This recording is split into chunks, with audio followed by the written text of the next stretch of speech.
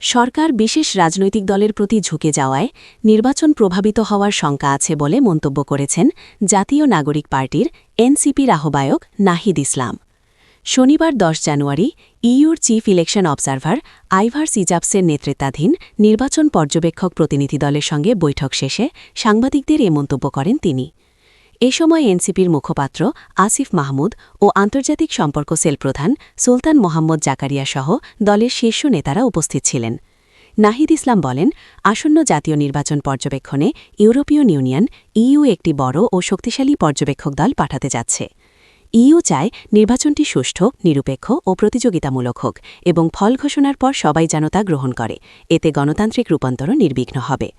তিনি বলেন, ইইউ প্রতিনিধিরা রাজনৈতিক দলগুলোর ভাবনা ও উদ্বেগ জানতে আগ্রহী। তারা নিরপেক্ষভাবে কাজ করবে এবং সব রাজনৈতিক দলের সহযোগিতা চেয়েছে। একই সঙ্গে এনসিপিকেও সহযোগিতার আশ্বাস দিয়েছে ইইউ। সাংবাদিকদের এক প্রশ্নের জবাবে নাহিদ ইসলাম বলেন, দেশে লেভেল প্লেয়িং ফিল্ড আছে এমন আত্মবিশ্বাস বা ঐকমত্য সব রাজনৈতিক দলের নেই, এমনকি এনসিপিরও নেই। তিনি অভিযোগ করেন, একটি বিশেষ রাজনৈতিক দলকে সরকারি সুযোগ সুবিধা ও বিশেষ প্রোটোকল দেওয়ার মাধ্যমে প্রশাসনের বিভিন্ন স্তরে পক্ষপাতের বার্তা যাচ্ছে, যা নির্বাচনী মাঠে অসমতা তৈরি করতে পারে। মিডিয়ার ভূমিকা নিয়েও উদ্বেগ প্রকাশ করে তিনি বলেন, কিছু মূলধারার গণমাধ্যম এনসিপিকে লক্ষ্য করে নেতিবাচক সংবাদ প্রকাশ করছে।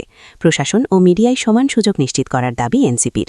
তিনি জানান, এসব বিষয় নির্বাচন কমিশনকে বারবার জানানো হচ্ছে এবং ধারাবাহিকভাবে আপডেট দেয়া হবে। মাঠে গিয়ে কী ধরনের বাধার মুখে পড়তে হচ্ছে তাও কমিশনকে জানানো হবে। নাহিদ ইসলাম বলেন, ঋণখেলাপিদের বিষয়ে নির্বাচন কমিশনের আরও কঠোর অবস্থান প্রয়োজন। প্রাথমিকভাবে অনেক ঋণখেলাপির মনোনয়ন বৈধ ঘোষণার অভিযোগ এসেছে। এছাড়া পোস্টারিং সহ বিভিন্ন প্রচার কার্যক্রমে আইন লঙ্ঘনের চেষ্টা হচ্ছে বলেও দাবি করেন তিনি। এসব ক্ষেত্রে নির্বাচন কমিশন যেন আইন অনুযায়ী ব্যবস্থা নেয়, এটাই এনসিপির প্রত্যাশা। নিরাপত্তা পরিস্থিতি নিয়ে প্রশ্নে নাহিদ ইসলাম বলেন, শহীদ ওসমান হাদির হত্যাকাণ্ডের বিচার ও আসামিদের গ্রেফতার না হওয়ায় মাঠে একটি নিরাপত্তাহীনতা তৈরি হয়েছে। সরকার কিছু উদ্যোগ নিলেও আশঙ্কা পুরোপুরি কাটেনি।